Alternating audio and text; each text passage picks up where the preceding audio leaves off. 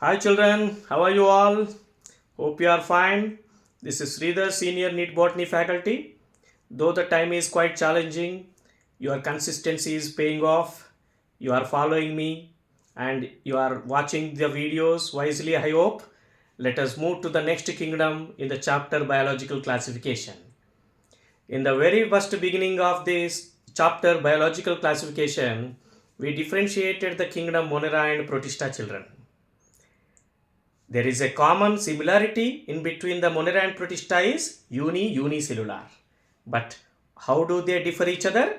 Yes, Monera is the first kingdom of Whittaker is absolutely non-membrane bounded nucleus known as prokaryotic kingdom. Whereas kingdom number 2, Protista, is also sharing the Monera character like unicellular, but this is the first kingdom connects the next kingdom in the common character eukaryotic. Let me design a nice flowchart for you to understand clearly. This is the kingdom Monera and this is the kingdom Protista. How do they similar each other, children? Unicellular, unicellular. Isn't it? Now, how is Protista connecting to the next kingdoms? Yeah, it's eukaryotic. So, Protista connects the next kingdom in the view of eukaryotic nature. That means this is the first kingdom with the membrane bounded cell organelles. What are the next kingdoms as per evolution? Yeah, kingdom number 3, fungi, kingdom number 4, plantae, and kingdom number 5, animalia. So children, kingdom number 2, Protista, was made actually by Ernest Haeckel, and it shows the common characters of Monera as well as all the next 3 kingdoms. So definitely during the connections, during the evolution, as it is a link, definitely it shows the fungal characters, plantae characters, and animalia character. That is why a very great line is given in the book, in the para first. As per some biologists, it is a fungus. As per few views, it is a plantae. As per some zoologists, it is an animalia.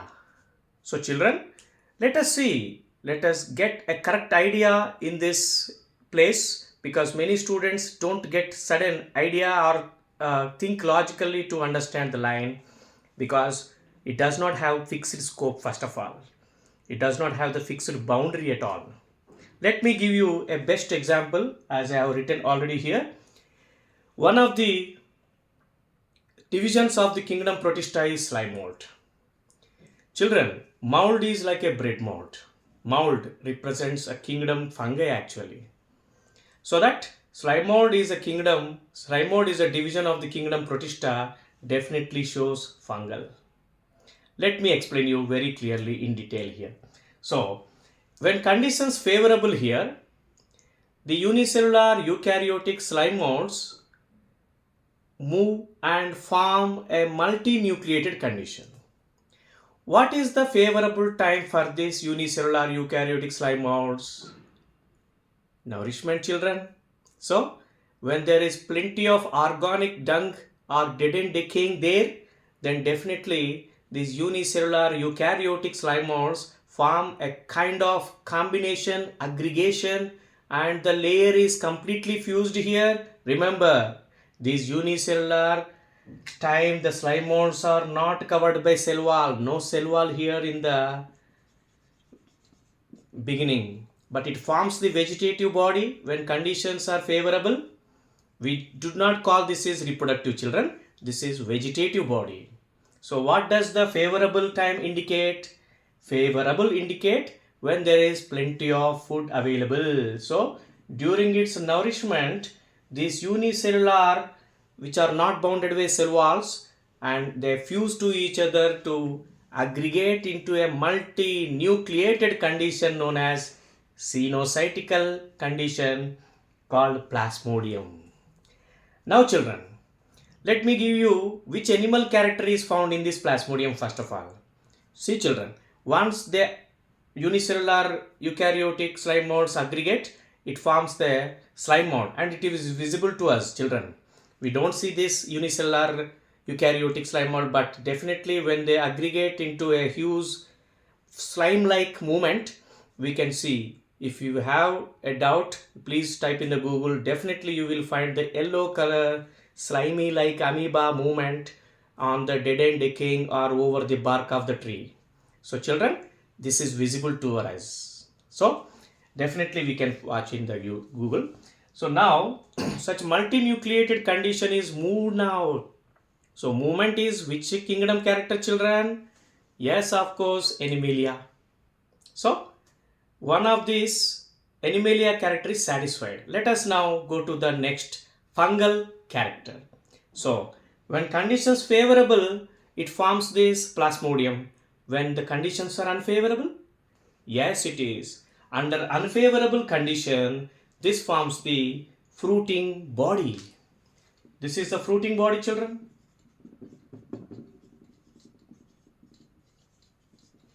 Right? As per some references, it is called sporangium. So fruiting body produces spores at the tips. So production of asexual spores is really a reproductive nature of the asexual reproductive strategy of fungi. So movement of this plasmodium to engulf the food organic is animal character, and production of spores asexually from this reproductive structure is fungal character. So please maintain notes while I explain you children. Vegetative structure of this slime mold is plasmodium, whereas reproductive structure of this slime mold is fruiting body and production of spores. And children, let me conclude this. Where is plant a character then?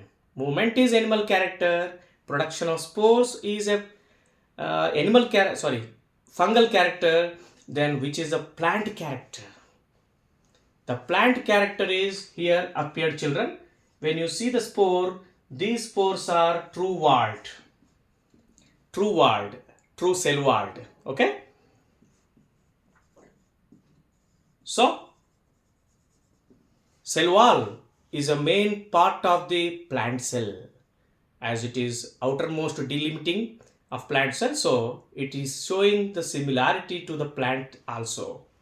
So remember, this cell wall is not made of chitin children, because it is not a fungi kingdom to be possessing the chitin. So it is common cell wall like plant cellulose cell wall. So children, movement is like animal, production of spores denotes the fungal, and covered by cell wall, spores have the true cell wall and extremely resistant in such hard extreme conditions.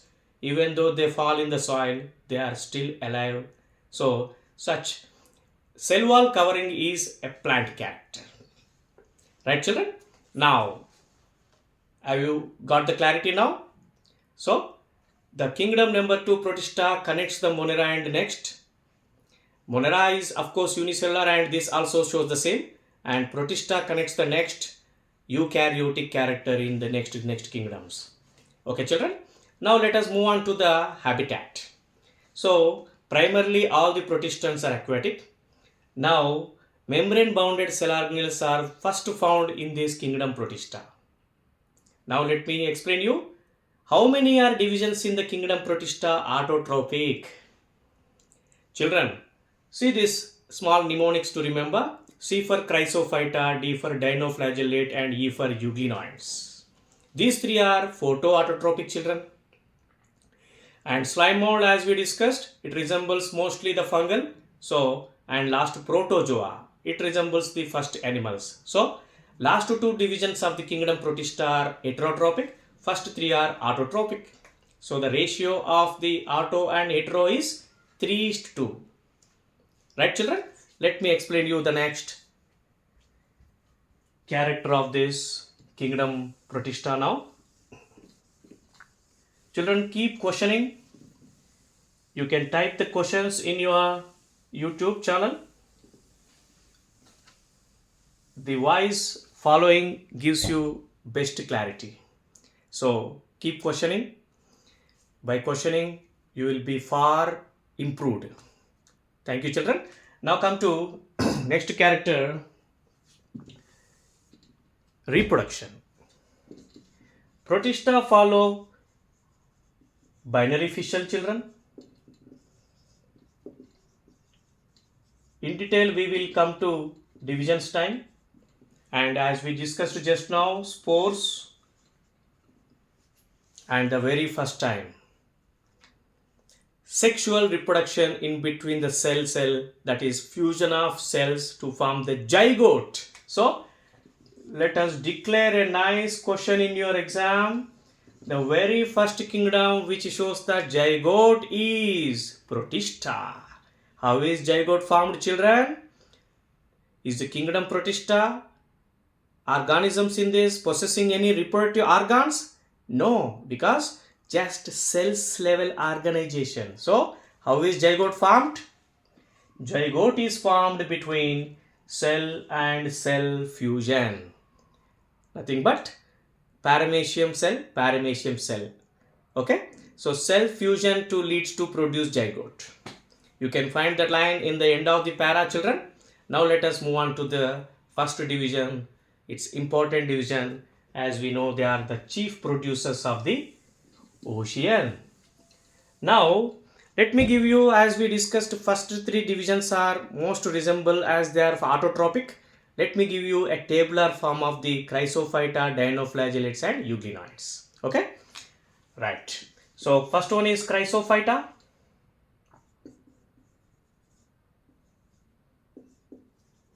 Second one is dinoflagellates. And the third one is euglenoids.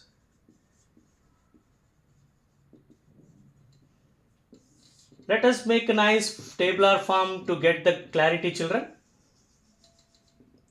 So instead of reading the three paras of book, just follow this excellently. You will get the clarity in these three. So let me make a parameter column here. First one is habitat. Where do chrysophytes live?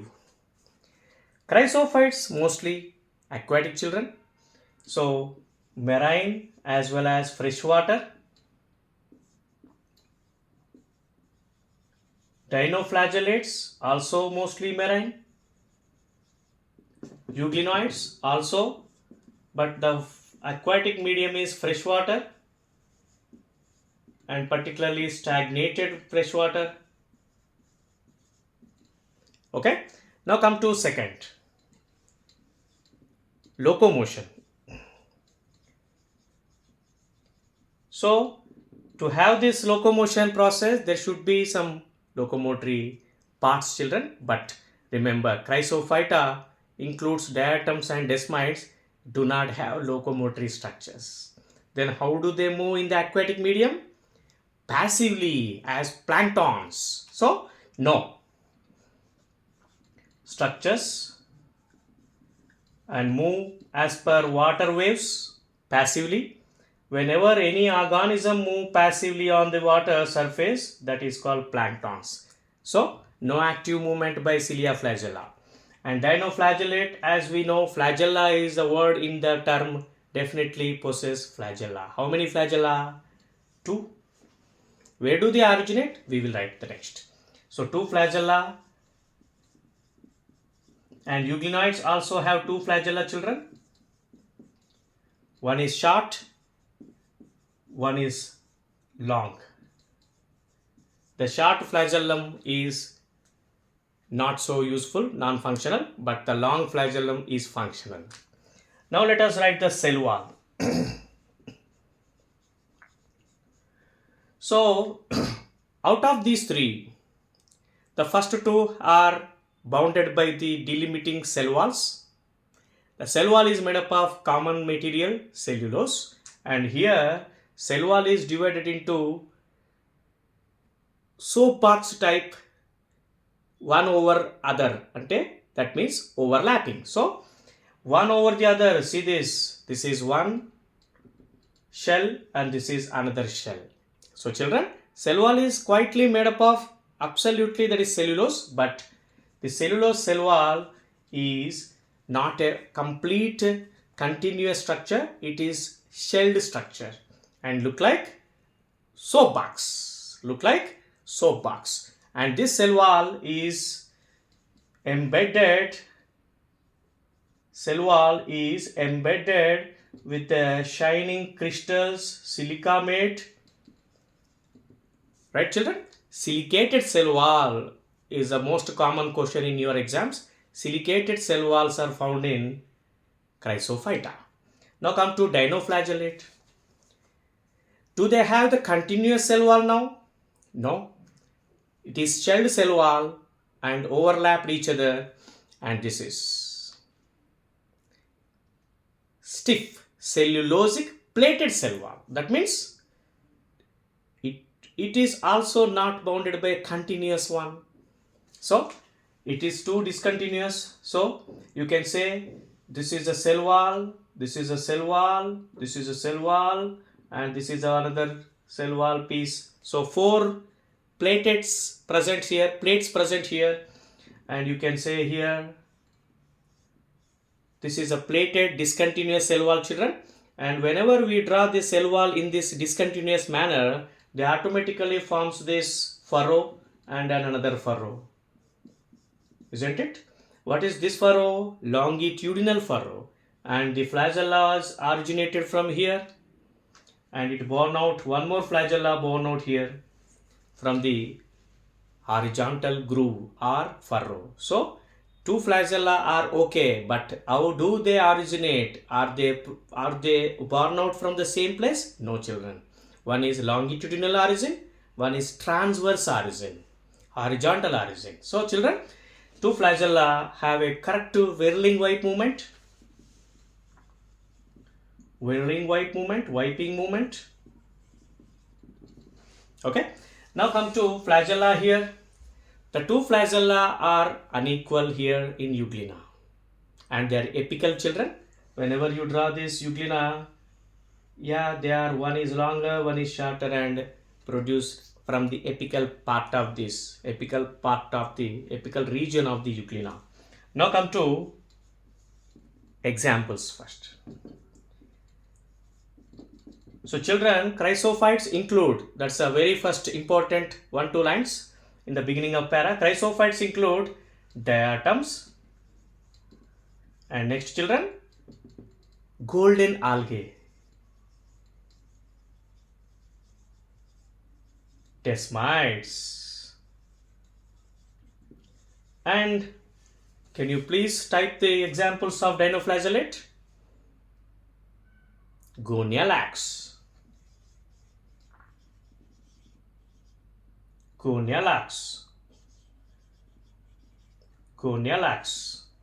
and Noctiluca, children. Noctiluca. Okay. Gonialax is very toxic, children. Let me write the next line. So euglenoids example, euglena. Right? There are more quite differences. If you want this, please take a screenshot of these 4 differences, children.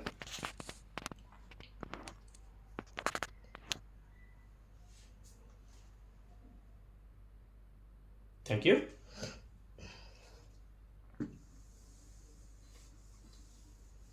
Now, how do these 3 playing role in human affairs? Are they useful to human, or are they creating any problem to aquatic medium? So children, chrysophytes, as we have just discussed, it's a cell wall is shell wall, cells made shells, and one shell is overlapped by another and made up of cellulose embedded with silica. So remember children, cellulose can be decomposed after a few days in the aquatic water, but shell silica is not decomposed. It is non-biodegradable. So this is, for example, water. Correct. Now chrysophytes like diatoms live here, as we have just now discussed. They are not possessing any locomotory structures, but just planktons passively move on water. Now, over billion years, what happened? See, children, when they move, when they die, definitely the dead chrysophytes, diatoms move on to the bottom of the ocean. And which is the non-biodegradable, children? Silica. And silica is accumulated over billion years now and forms and a non-biodegradable or non-decomposed hill mountain called diatomaceous earth. Is it taking just 100 years? No, over billion years. So this is silica. Silica of this all, after dying, they come to the bottom, and silicated cell wall. Silica material is, as it is due to non-biodegradable, it forms a nice earth called diatomaceous earth. What is the use of this now? In some books, it is also given as Kieselguhr. So diatomaceous earth is used in many companies as polishing and filtering the oils and syrups. Okay, children? So polishing. What nature helps the diatomaceous earth to be used as polishing material? Porous. It is porous. So in owing to porosity, it is used in polishing industries and filtering the oils and syrups.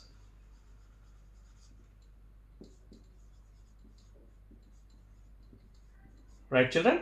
Now come to dinoflagellates.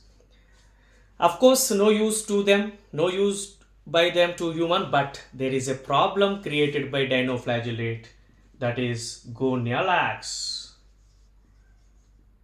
Gonalax. What does that do, children? Gonalax do a problem. It releases the toxin in the water and makes the water to get red color, so that it creates the red tides in the oceans, and due to this red toxin, aquatic creatures like fishes die.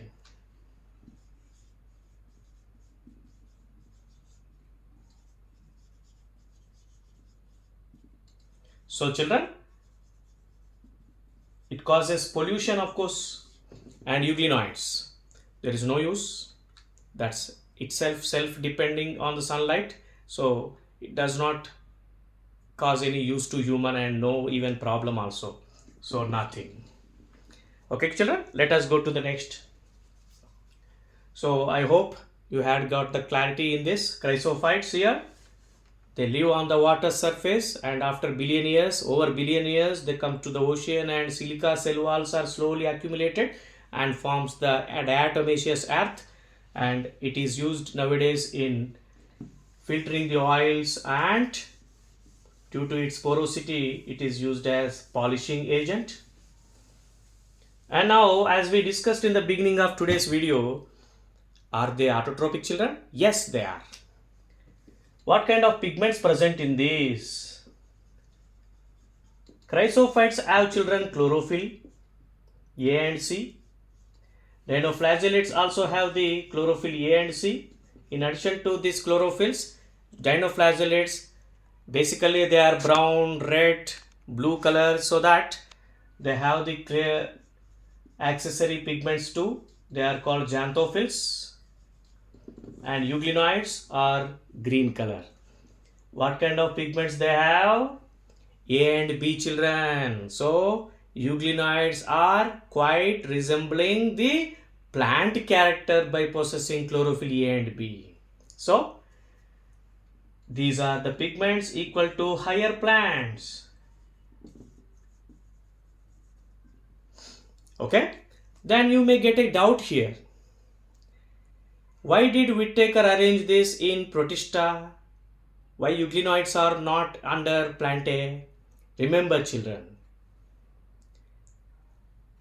There was a point missed by me. So cell wall line, actually the chrysophytes have one shell overlapped another by another shell like a soap box, and dinoflagellate stiff cellulosic plated cell wall, and here no cell wall.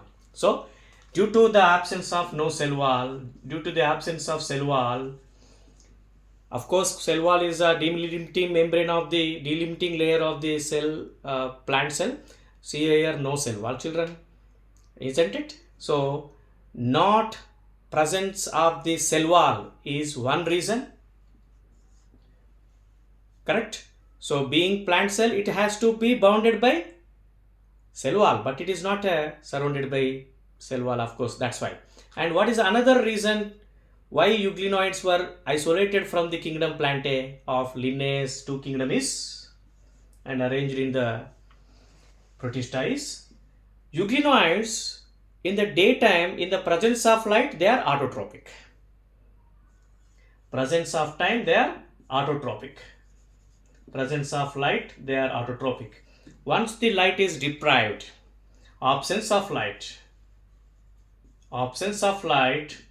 yeah, they are heterotropic children. Heterotropic children. So they eat the other organisms, they predate the other organisms in the water. So if any organism is showing such two different modes, it is definitely not included in the Plantae, because Plantae is a kingdom purely photo-autotropic. So children, if you will be asked a question in your exams, on what basis euglenoids were separated from the kingdom of Plantae of Linnaeus two kingdoms is these two. Number one, it is not showing the pure autotropic nature. We can say it is mixotropic, because afternoon, morning, it is in the presence of light looking like a photoautotropic because of the pigments resemble the higher plants, and once the absence of light, deprivation of light, it is heterotropic, predating the other. So mixo. And number two, that euglenoids are not bounded with cell wall. Then what is the outer boundary of this euglena cell?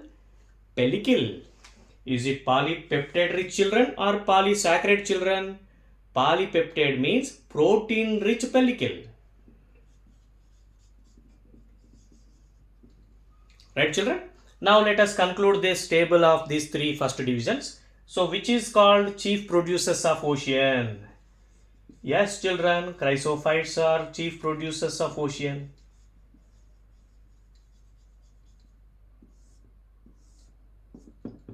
Right?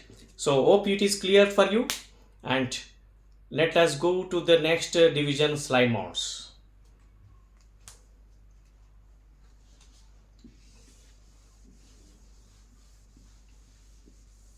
And these three are reproduced by binary fission children, and sexually by zygote formation by cell fusion, as we discussed, the very first kingdom with zygote formation. Now come to slime mounds. In the beginning of today's class, we discussed it shortly, but let me give you a very clear division number 4. It should not be an autotropic. Mold is word representing the fungi. So these are the unicellular slime mounds children. When conditions favorable, please note down in your notebook. Favorable in the sense when there is plenty of organic material, nourishment time.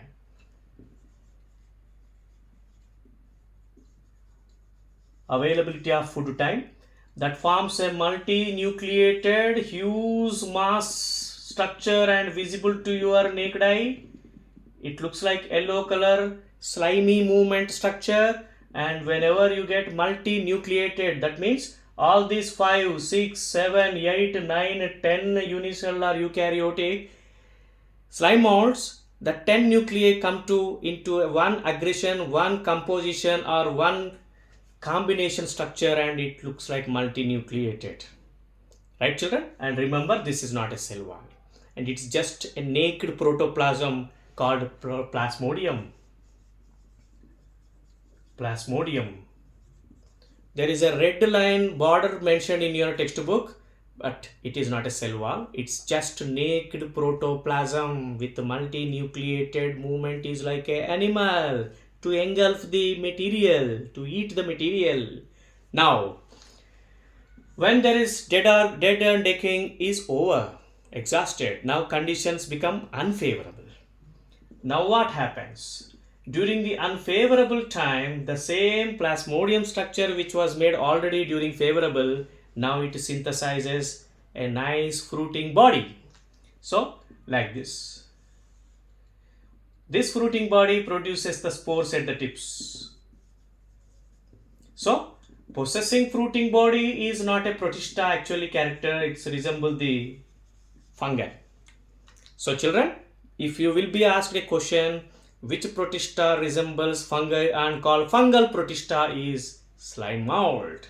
So fruiting body and the tips of this fruiting body produces spores, asexual spores. Reproduction is here. So that's why you can say this plasmodium is a vegetative structure.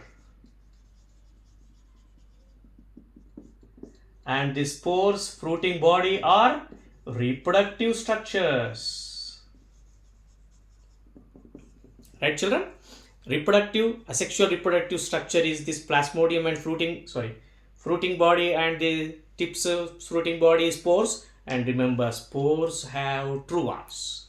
So, let me draw very clearly. This is, for example, one of the spores produced at the tips of fruiting body and bounded by walls.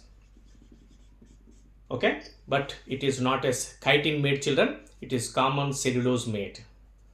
As we have just now seen in Chrysophyta, shelled cell wall is made up of cellulose with silica embedded, and dinoflagellate also of course cellulose polysaccharide but divided into discontinuous manner. It is plated, stiff cellulosic plated, and here also cell wall is made up of cellulose. And is this so? Yes, it is. Is it so sensitive to air? No, it is so rigid and resistant to the extreme conditions, children. That is why they live persistently for many years. So strong spores covered by cell walls. So, do you find any autotrophic nature in this picture now? No. Correct? It is just engulfing and searching in food to engulf it. It forms this kind of plasmodium. So, nowhere it has the chlorophyll and possessing the chloroplast. So, children, this is heterotrophic mode. Now come to the last division. If you want, please take the photo or screenshot, children. Now let us conclude today's topic Protista with the last division, protozoa. Children, there is a line missed in NCERT. On what basis you divide this protozoa into different types? So let me say first of all, what does the protozoa, what do they have? Yeah, they are the primary animals, children. Zoa indicates animals, so primary animals. So as per few animal scientists, it's resembling the animalia now. Now protozoa, on the basis of locomotion, we classify it into different types. The very first one is here amoeboid protozoans. The second one is here ciliated one.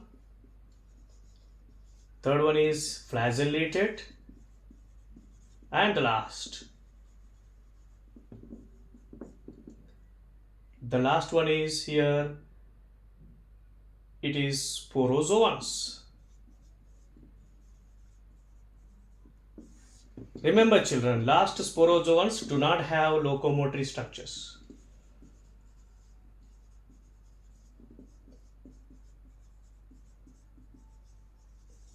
Okay, so amoeboid, the best example, the best insistency here is amoeba. And you can say one more example, entamoeba. You studied in your zoology, entamoeba is a parasite causing diarrhea. Entamoeba histolytica is the organism name. And amoeba, you know children, protozoans are of course aquatic, and amoeba is here and another amoeba is here. Amoeba is in the freshwater time, does not have shell, does not have silica on the cell, on the pellicle membrane. Of course, no cell wall because it is look like a Joa animalia. So now this is the silica here. Why do you mention silica on this? In few amoeba is here. This amoeba lives in ocean, marine. So marine amoeba possess silica. As we just now discussed, chrysophytes also mostly marine, and they have the cellulose cell wall and embedded with silica. Same way, marine amoeba have the silica coating to get resistance from the marine ocean. And how? What is the locomotory part in this amoeba? So children, amoeba is so simple to draw. Whenever that is something material is here in the water, this amoeba forms the false feet, pseudopodia to engulf this into the food vacuole present inside. This is a kind of ingestion, later digestion. Now come to ciliated. So children, which is the example of ciliated protozoan? Paramecium. Isn't it, children? So paramecium is here. It has thousands of cilia now. Small sized hair like cilia, and they have excellent coordination now to locomote and to engulf the material inside to ingest the food. So they have the excellent coordination movement now. Thousands of cilia are arranged in 2 rows and they engulf the food. What is the opening to engulf the food? The mouth-like structure is cytostome, and cytostome followed into another phyto. What we have the next part of the mouth? Pharynx. So it look like a gullet. It's a cytopharynx. It's a cytopharynx gullet. So mouth like cytostome opens into a pharynx like structure gullet. And cilia, of course, it helps to movement and engulf the food. So there is a word mentioned in your textbook, you can see once, water laden and stirred the food inside. So that means when something food is noticed in this water, now paramecium wants to move this side. So which structures help them? Yeah, cilia. Now cilia drinks the water, means water laden, means entry of water. Now food is entered. So stir the food like this. So stir the food along with water is called water laden and stir the food. Enter the food through cytostome. Now come to flagellated. Children, trypanosoma is example. Of course, you know it is parasitic. It causes sleeping sickness.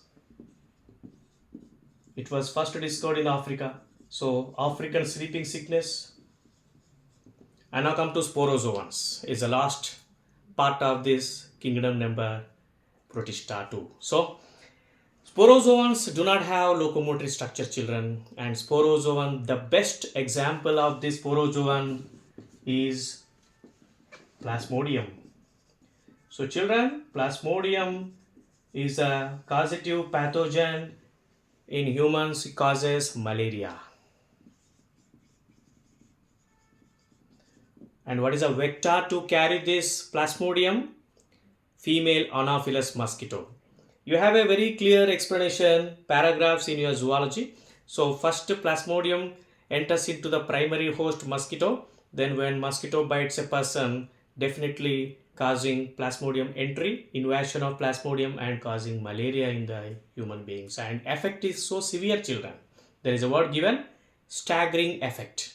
And it is so notorious, spread by mosquitoes and causing staggering effect in the sense, causing malaria in short epidemic time. And which kind of protozoans produce spores in its life cycle? Sporozoans. You might have studied merozoites, sporozoites, cryptomerozoites. These are all different spores in its life cycle, children. Finally, staggering effect, nothing but causing malaria in most population of people in particularly crowding areas by mosquito bites. So children, hope today's Protista kingdom is very clear to you.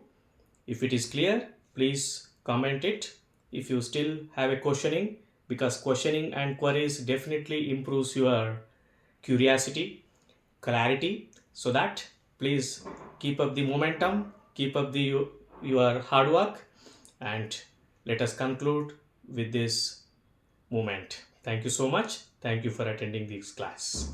Next class we will go on to the next kingdom, Plantae Animalia. Sorry, fungi, Plantae Animalia. Okay, that means let us close. Thank you so much.